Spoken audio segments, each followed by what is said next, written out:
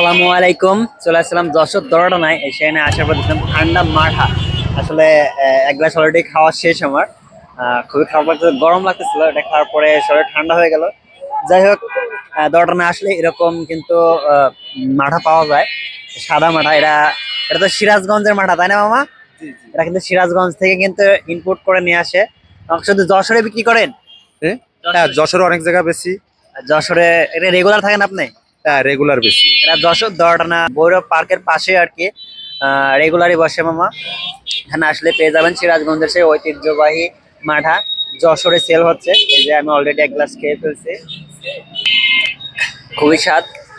Just চলে আসবেন দরডানা, আমাদের যশোর দরডানায় চলে আসবেন, এসে জাস্ট ট্রাই করে দেখবেন মাঠাটা।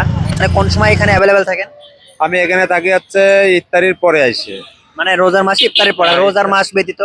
রোজার মাছ যদি তো হচ্ছে আপনার হচ্ছে বিকেল আসরের পরে আসবো, ওই গেটটাই বসি পার্কে। আচ্ছা, আসরের পরে ভৈরব পার্কের পাশে আসলে মামাকে পাবেন, জাস্ট এসে ট্রাই করতে পারেন। আর এক গ্লাসের দাম কত? মাত্র 20 টাকা। মাত্র 20 টাকায় কিন্তু এক গ্লাস মাঠা খাইতে পারবেন।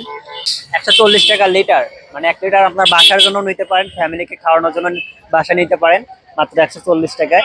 যাই হোক, আপনারা জাস্ট ট্রাই করবেন, মাঠাগুলো কিন্তু খুবই সুস্বাদু। সিরাজগঞ্জের সেই খাঁটি মাঠা, তাই না মামা? এ আর কি। তো ধন্যবাদ ভিডিওটা দেখার জন্য। আসসালামু আলাইকুম।